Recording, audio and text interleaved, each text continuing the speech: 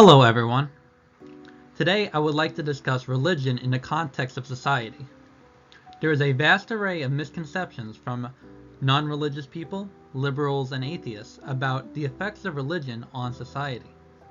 I will dispel some myths today by simply presenting some of the empirical evidence on the subject of religion as it relates to prosocial behavior. First off, let me clarify a few things. This video does not talk about belief and what is true or untrue about beliefs. Secondly, while there is an emphasis on the US and Western nations, it is not confined to these areas. Similarly, while there is an emphasis on Christianity, this video does not specifically validate only Christianity, rather religion as a whole. Later entries will zoom in on specific beliefs, including Christian beliefs, relating to the subject. Lastly, everything in this video follows in the principles of empiricism, i.e., structured observation and falsification. Though this is a sample of the empirical literature, it was built off extensive research accumulated throughout decades and emphasizes recent research within the last 20 or so years. This is Religion as a Deterrent from Delinquency, an overview of the literature. What causes antisocial behavior and delinquency? A variety of factors influence the cause of antisocial behavior.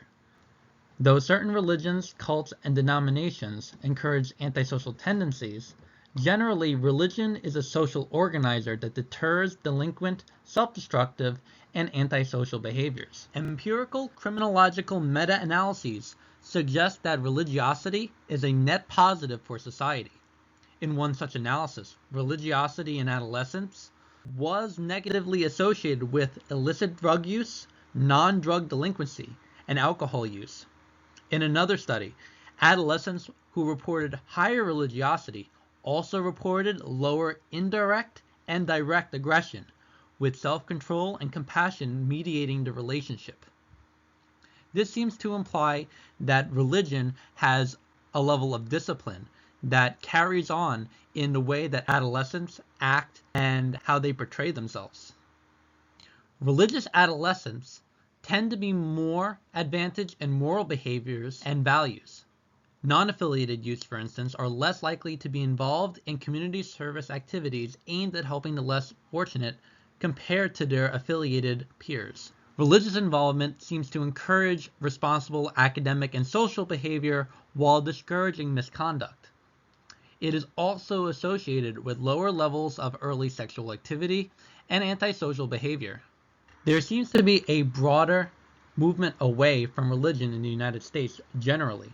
In terms of adolescence, about 1/3 of US teens, or 32%, say they are religiously unaffiliated, according to a 2020 Pew Research report. According to the same report, there seems to be a greater movement away from family's religious tradition as teenagers age. 23% of 11th and 12th graders have a different religious affiliations than parents compared to younger teenagers. For instance, 13% of 9th and 10th graders said the same thing, and 16% of 8th graders and below said the same thing. Most of these are nuns with a Christian parent, it seems. 37% are unaffiliated with a Protestant parent, compared to 8% vice versa. 24% are unaffiliated with a Catholic parent, compared to 7% vice versa.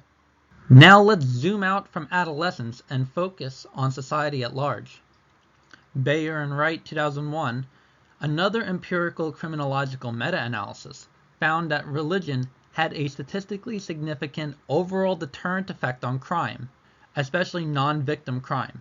Specifically, communities with higher aggregate religiosity produce more statistically significant deterrent effects than less religious areas. This is consistent with the body of research that has associated aggregate societal belief in God as a supernatural monitor and punisher with curbing selfish behavior and lower national crime rates. For the purposes of this presentation, it is important that we define religiosity as an extrinsic societal motivator. This has been measured in several different ways across a multitude of studies. This includes church attendance, prayer, service to community, and reading the Bible.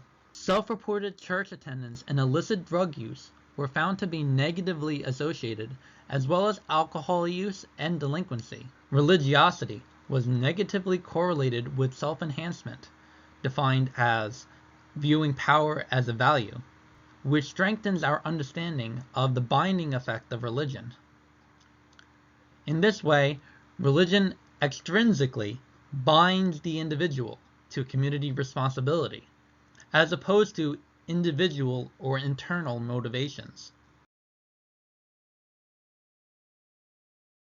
But if religion deters antisocial behavior, crime, does it encourage prosocial behavior, or volunteering, for instance? There is an extensive catalog of sociological literature that associates charity and volunteering with religiosity. Religious communities can be conceptualized as a, quote, feeder system, which feeds more volunteering opportunities to believers. However, not all religions, denominations, or churches within a religion are created equal. This may indicate that particular beliefs are more effective in promoting prosocial behavior than others, or may simply be due to organizational ties. A recent study in Canada revealed a curvilinear relationship between religiosity and volunteering. Atheists outperformed many religious people with low religious attendance in the probability of and time spent volunteering. However, religious people with high religious attendance tend to outperform atheists by a significant margin. Religious attendance was the most significant predictor of volunteering among religious groups, which seems to indicate that opportunity, not inclination, drives high rates of volunteering.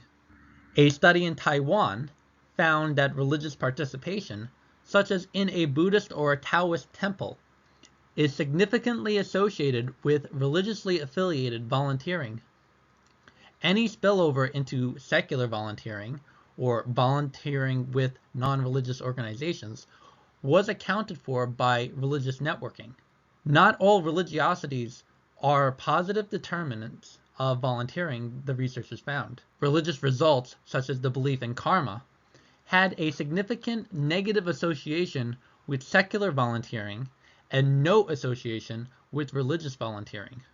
However, there are many limitations on religion being related to prosocial behavior. For instance, conflicting reports on the significance of prayer and volunteering leave open a broader question of how spiritual beliefs relate to prosocial behavior. Though perhaps a deterrent for antisocial behavior, religious results such as the belief in karma or hellfire have little evidentiary basis in promoting prosocial behavior. Lee and Chow, 2015, observed a similar curvilinear relationship between religiosity and prosocial behavior in adolescents.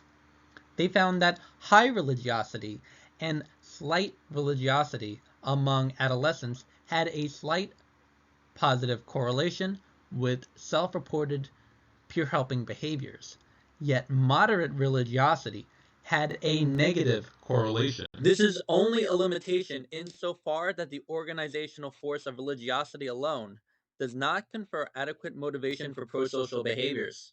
Now let's discuss some additional drawbacks to this relationship between religion and prosocial behavior. The deterrent effect of religion on antisocial behavior is robust, and religion does encourage prosocial behavior, but the latter's effect may be overstated.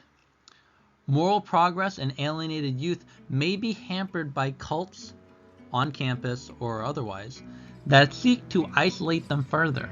Overall, there is empirical evidence across disciplines, but particularly in sociology and psychology, that religion puts a cap on destructive behaviors and encourages constructive behaviors.